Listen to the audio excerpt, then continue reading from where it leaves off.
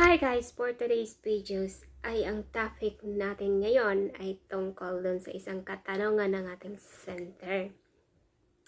Ano daw yung pakiramdam kapag sabay kayong lumabas yung gata? At before tayo mag-start ay kung bago ka pa lang dito sa aking channel, please pa-subscribe and hit the notification bells naman at pa-like and share naman para updated ka ulit sa ating panibagong upload. Thank you! So, ang tanong ni Madam ay kung ano daw ang pakiramdam kapag sabay kayong lumabas yung gata. Siyempre, masaya. At kung paano daw maramdaman kapag lalabas na yung gata ng kapareha. Okay. Doon muna tayo kung anong pakiramdam kapag sabay lumabas yung gata, yung dalawa. Siyempre, yung pakiramdam nun, naabot mo yung inaasam-asam mong kaligayahan. Tapos, yung feeling na parang solve ka kung sa pagkain is kontento ka, busog na busog ka.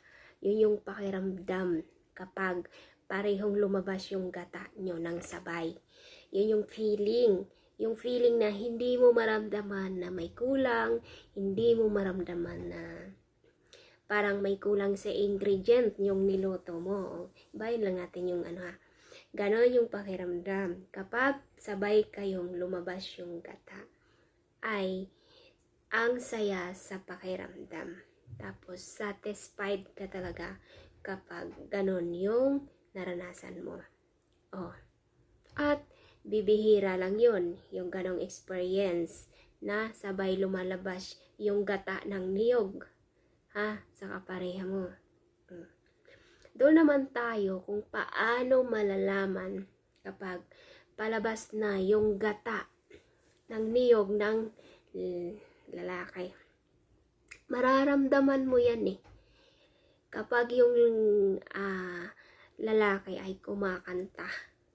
Yung lalaki ay kumakanta na, tapos nararamdaman mo na sobrang init ng pakiramdam niya. Yung feeling na nag-aapoy siya, tapos ang bilis niyang ang bilis niyang kumembot, sabihin na lang natin kumembot o gumiling. Ayan, malapit na yan. At syempre kapag ganun din na yung pakiramdam nung isang lalaki, syempre same feeling din yan tayo, lalo na kung hindi pa naman tayo tapos na lumabas yung gata ng niyog natin, diba? So kapag ganun na yung pakiramdam nung isang lalaki, yung na siya, yung intense. Alam yung, wow, intense yan ay ibig sabihin malapit na mahinog yung gata doon sa loob ng kanyang niyog.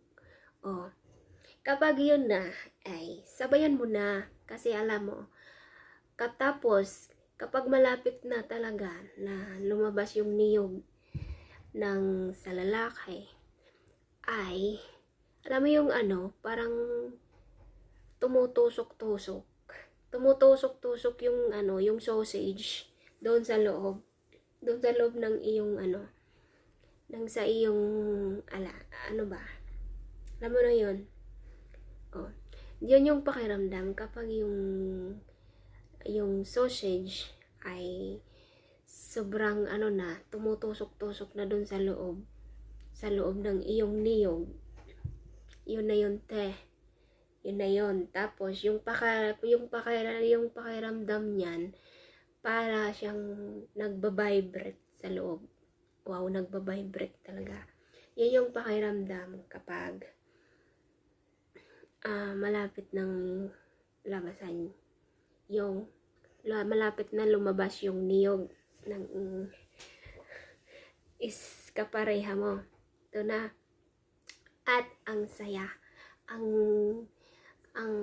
Parang nare-release lahat ng stress mo kapag ganun yung feeling na sabay kayo. Sabay lumabas yung gata ng niyog nyo. Ganon yung feeling na wala yung stress mo. Basta yung feeling na good mood ka. May tawag dun, ayoko lang banggitin eh. Yung feeling na ang saya-saya ng pakiramdam mo, ang gaan-gaan ng pakiramdam mo kasi naabot mo yung happiness. O, di ba? At syempre, kadalasan nangyayari lang yun doon sa kapareha na marunong magpigil. Yung hindi agad, boom, lumabas agad yung gata.